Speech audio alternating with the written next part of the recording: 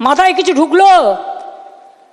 আধার card কেলেঙ্কারি করেছে, আধার কার্ডটা ওদের হাতে। একই এপিক নাম্বারে বাংলার ভোটারের যেখানে নাম আছে সেখানে হরিয়ানা, পাঞ্জাব, রাজস্থান, বিহার সব নাম ঢুকিয়েছে, রেলে করে নিয়ে আসবে। ওদের তো ভোট নেই। আবার মুর্শিদাবাদের ভোট তুলেছে নর্থ 24 পরগনায়, কারণ মুর্শিদাবাদের ভোট আগে হয়ে যাবে, ওগুলোকে নিয়ে আসবে নর্থ 24 পরগনায়, সাউথ 24 পরগনায়। This is the plan. এবার দেখুন, মুর্শিদাবাদ বিশেষ করে খেয়াল করুন। আবু তাহের, খলিলুর, পাঠান তোমরা সবাই আছো, অল এমএলএরা আছেন যারা ইলেকশনে লড়বেন। হরিয়ানার কাহিনী, সব হরিয়ানা। এই লিস্টটা দেখছেন, সব হরিয়ানা। বাংলার ভোটারের নাম সাথে বাবার নাম, ঠিকানা সব হরিয়ানা। আর এপিক কার্ড নাম্বারটা শুরু হচ্ছে XYZ থেকে। অনলাইন বিজেপির ব্যবসা। ভোটে হারাতে হবে বাংলাকে, বাংলার সংস্কৃতি দখল করতে হবে। এখানে বাংলার সংস্কৃতি চলবে না, উল্টো সংস্কৃতি চলবে। বাংলায় প্রয়োজন হলে আর একটা জাগরণ হবে, সেই জাগরণ আপনাদের করতে হবে। আমরা এটা মানব না। বাংলা বাংলার, বাংলা বহিরাগতদের সম্মান জানায়, অতিথি হিসেবে বরণ করবে, কিন্তু বহিরাগতদের বাংলা দখল করতে দেবে না। এটা মাথায় রাখবেন। এটা বাংলা দখল করার খেলা।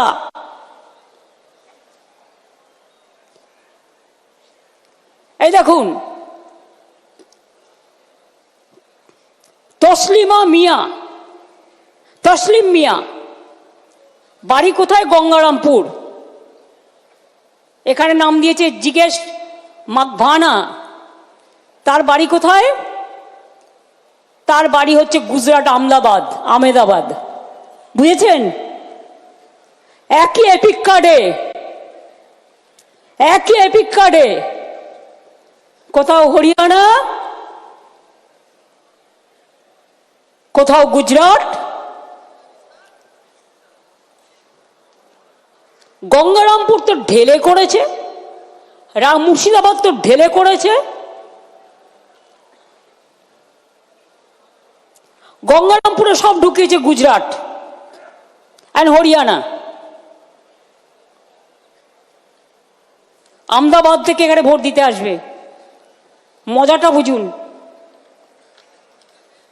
সব জেলাতেই আছে। আমি কিছু পেয়েছি হাতে বলে তাই, প্রত্যেকটা দেখতে হবে, কিন্তু ছেড়ে দিলে চলবে না। হরিয়ানা তো ভর্তি, ভোটার লিস্ট নিয়েছে আর ঢুকিয়ে দিয়েছে। অনলাইন দিল্লি থেকে করছে, ইলেকশন কমিশনের অফিস থেকে বসে।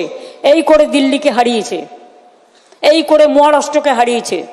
ওরা এই খেলাটা ধরতে পারেনি, কিন্তু আমরা এই খেলাটা ধরতে পেরেছি। আবার দেখুন,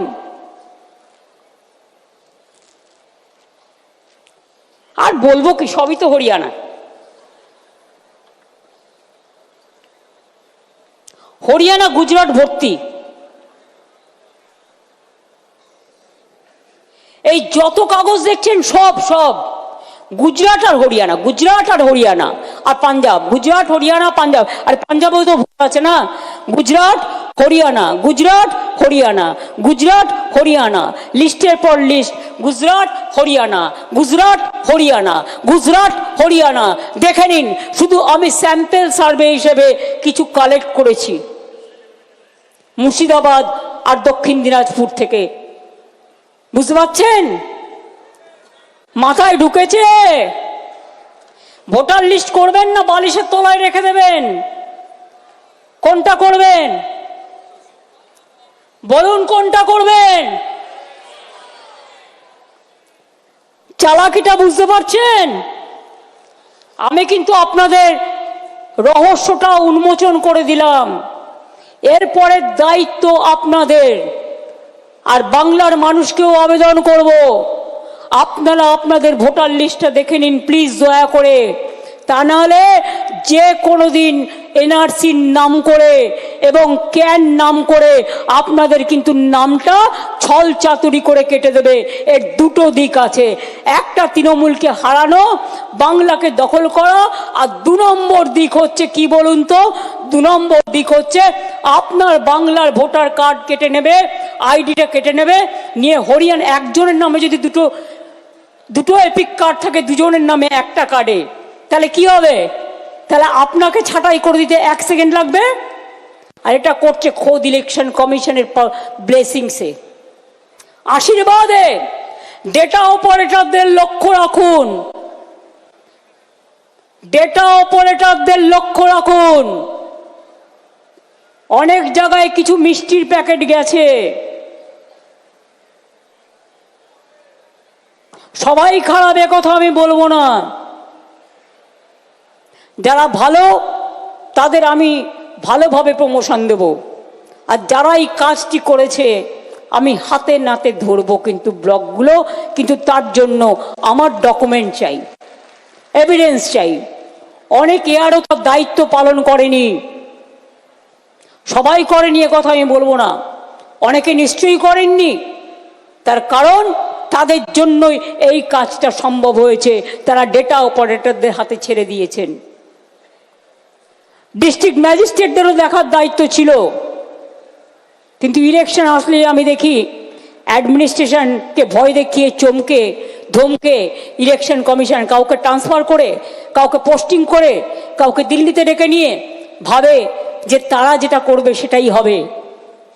ওদের তো আয়ু 2 মাস না 3 মাস, তারপরে তো 5 বছর আমাদের হাতে থাকবে। এত ভয় পাওয়ার কি আছে?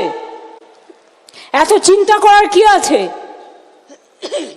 আর এত দুর্যোগ আশঙ্কা করারও কোনো কারণ নেই। বাংলায় যদি কেউ টিকে থাকে গ্রাসরুটে, তাহলে এটা তৃণমূল কংগ্রেস, তৃণমূল কংগ্রেস, তৃণমূল কংগ্রেস, আর কেউ নয়।